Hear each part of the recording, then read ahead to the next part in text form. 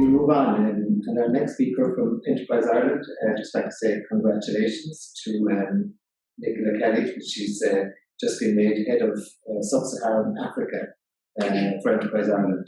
So I'm looking forward to hearing what she has to say. Congratulations. Looking forward to hearing you. Thank you. Thank you so much. I hope you can hear me. Hi from Johannesburg. I'm very sorry I couldn't be in Cape Town. I'm just going to share my screen. So thank you again to BISA Cape Town, to Frank, for pulling all of this together. It's such a wonderful opportunity, and it's really great to hear all of that enthusiasm for strengthening the connections between Ireland and Cape Town. I just wanted to speak to you today about the support that Enterprise Ireland offers to Irish companies, and as well as the positive impact that Irish businesses are making. So a very quick overview on Enterprise Ireland. We are the Irish Government's Trade and Innovation Agency.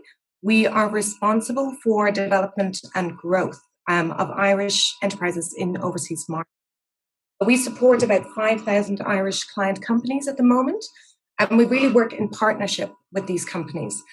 We help them to start, to grow, and to innovate, and then win export sales.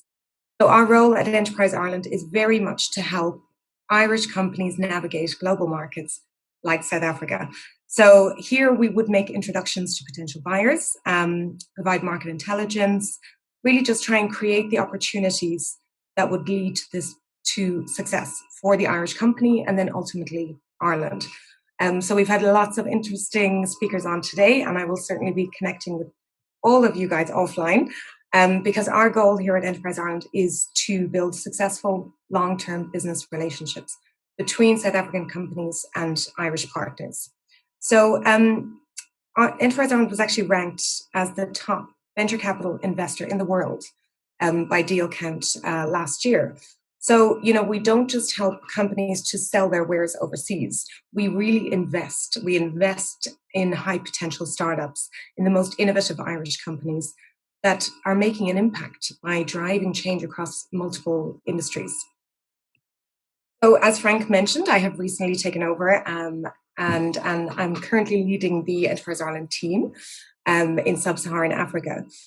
So I'm really fortunate over the past couple of years to have worked with the most diverse and dynamic group of Irish companies, and many of them have won significant contracts here in South Africa. So it's really great to see those relationships deepen and develop over time. And I also get to deal with companies who are taking their very first tentative steps, looking at the South African market, and it's an absolute pleasure to be able to introduce the ample opportunities that the South African market has for these companies. So our main office Our main office in South Africa is in Johannesburg. And from here, we manage the rest of the Sub-Saharan African region. We have a trade representative in Lagos, Nigeria, and we have a very vast network of pathfinders right across the continent to help Irish companies. So Ireland may be a very small country. We may be a very small country, but we are a very open economy. We have a pioneering spirit, for sure, and a very international outlook when it comes to business.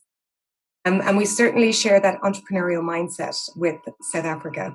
So Irish companies at the moment are achieving international sales at record levels, really driving innovation and bringing that Irish advantage to a lot of industries around the world.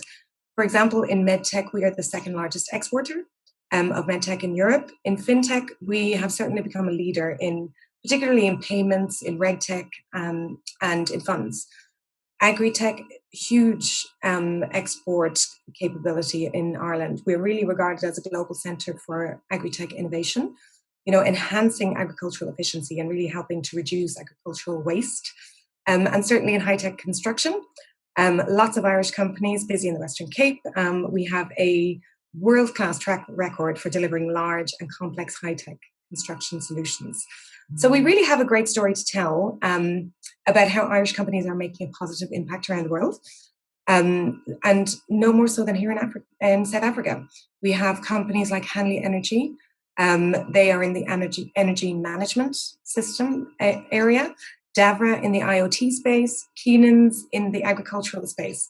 All of these companies are making such a positive impact in South Africa, sharing their vision for a greener future. During the height of the pandemic, Enterprise Ireland was active, obviously, in supporting Irish companies, supporting them financially and otherwise, in what was an extremely, and continues to be, an extremely challenging time for many SMEs. And not only did we provide financial support, but we really encouraged companies to continue to invest in R&D and innovation. And this really led to Ireland being ranked 5th in the world by the OECD for the export of COVID-related goods and services. So we saw many of our companies kind of pivot from what they normally did day to day to respond to this virus. One of the companies is CombiLift. Some of you may be familiar with them. They're a very big player in the material handling industry, but they're engineers and they're software developers who would normally be working on the next greatest forklift. They actually took them, they developed a Combi Ventilate, which is a splitter device, which allows a ventilator to be used by not just one patient, but two. So it's really inspiring to see that kind of innovation in a time of crisis. But we mustn't forget that the impact of this really good work is obviously beneficial to the company, but it really has a wider implication. It creates jobs in Ireland. It secures existing jobs in Ireland, and it really helps the Irish economy to prosper. And we really saw this take shape last year, where Ireland was actually the only economy in the European Union to grow. So obviously a very challenging year. All of the European economies contracted, but Ireland's economy grew by 3%. And, the direct reason for this was an increase in exports from Ireland of 6%. So it's really impressive to consider the backdrop here. So it's not just the pandemic, but also the UK's exit from the European Union. So Enterprise Ireland has really played a vital and proactive role in supporting business. My colleagues in Ireland have been working flat out for the past year to really try and minimise the effect of Brexit on Irish companies, helping them to be prepared and to look more widely at other markets like South Africa. So while the challenges of COVID are absolutely still upon us, there are hopeful signs, certainly around the world. Much of the world changed last year, but we were actually given that kind of pause to kind of stop and reflect. And we were given that opportunity to focus on the recovery that we actually want to see. How can we build back better than things were before? And that's why on St. Patrick's Day this year, the Irish government launched the Ready for a Green Future campaign, focused on the climate agenda, prioritising sustainability and tackling the many environmental challenges that we face to deliver the green economy that we all want. So Enterprise Ireland will continue to play a leading role in supporting Irish companies to thrive, supporting them to find opportunities in South Africa, in the Western Cape, and we try and play a role globally to build back better as we emerge from this pandemic.